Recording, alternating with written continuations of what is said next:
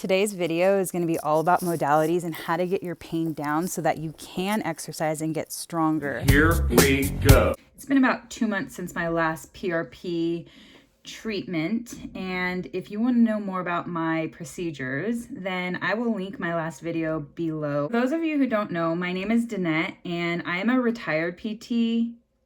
I joke, I was forced out of PT, at least traditional PT. So I'm no longer able to do any kind of hands-on stuff, but I do hope to do things like telehealth in the future. So as I learned in PT school, the number one thing you want to do when you have an injury is rest. You want to decrease the pain. If you have pain, you can't do your regular activities, let alone exercise and get stronger. My favorite go-to is this microwavable heat pad. So you just microwave it for 2 minutes, pop it on, take it with you. It stays hot for about maybe 5 minutes. The second thing I use is this hot pack. You just flip it on. It's probably like the cheapest one they have. They do have ones that turn off automatically, and I would probably recommend that because I like to lay on mine when I go to bed. And sometimes it's a pain to have to like turn it off, or if you fall asleep, you can risk burning yourself. So you do have to be careful with that. This neck brace, it's the Miami J. I plan on linking these all below just so you know too, so you don't have to like take notes or anything. This gives me the most amount of support. It's super comfortable. It's like a hard plastic, so it's bendy and it's not too firm. It doesn't feel like it's pushing your head off of your neck. It just feels like your head can rest in it and it holds your head up for you to take the pressure off the neck. So this is my favorite brace, but it's kind of noticeable. Oftentimes I'll wear a scarf over this, which brings me to my next point. So my absolute favorite thing to wear is a scarf. This scarf right here is pretty big, and I fold it in half and then I just pull this through. It gives my neck so much extra support because it kind of just goes under your chin and it acts as a brace and it just looks like fashion. The tough part between using heat or ice is being able to differentiate what your symptoms are. So I do have this ice pack as well. I use this when I have acute flare-up. So like right when I do something and it's really hurting, aching, or throbbing, I use this. And I can tell the difference between like my nerve pain when it's like going down my arm and throbbing. Then I tend to get ice because that usually is caused by too much inflammation. Whereas if I'm feeling like a tightness in my muscles where it kind of starts to spasm or tighten up, then I go to heat because that helps to loosen the muscles. So you kind of have to pay attention to your symptoms to know which one you're going to need.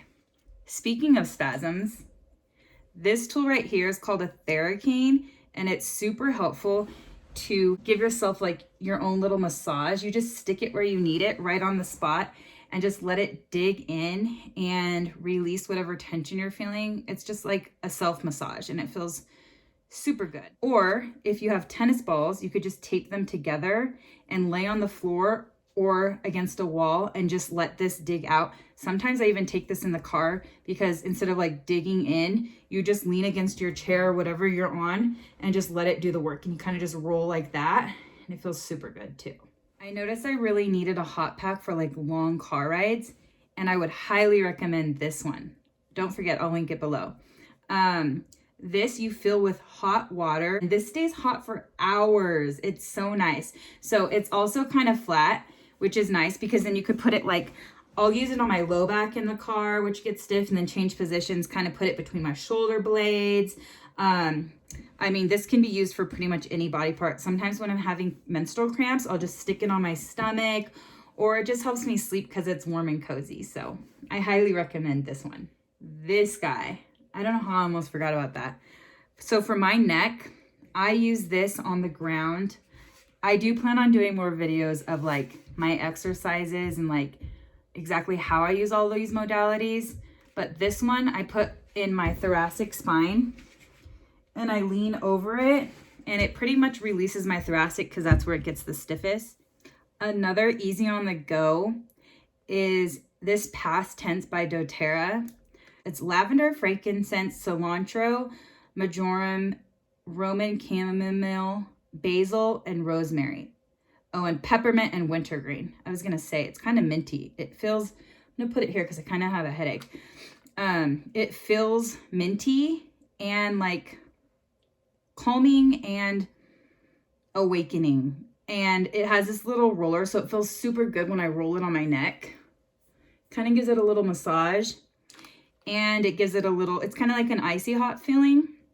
So that's good for like cars or when you're not home and you can't use your modalities. Another thing I got is the Deep Blue Rub. I like this one more. I haven't used this one too much yet. I also love to diffuse essential oils when I'm going to bed or when I'm meditating or relaxing. This is my heavy weighted blanket. It weighs 15 pounds and it's a twin.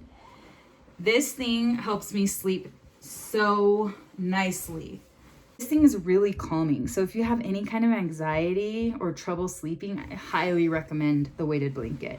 Self-care is so important, especially as a mother, and especially even more so for those of us who have chronic pain. I hope you liked this video and found it helpful. If you did, feel free to share. Please subscribe, hit the bell so you'll be notified when my next video goes live. My husband is on furlough during quarantine, so I'm enjoying all this free time to like make videos and stuff. Other than that, have a great day. Stay pain-free as much as possible.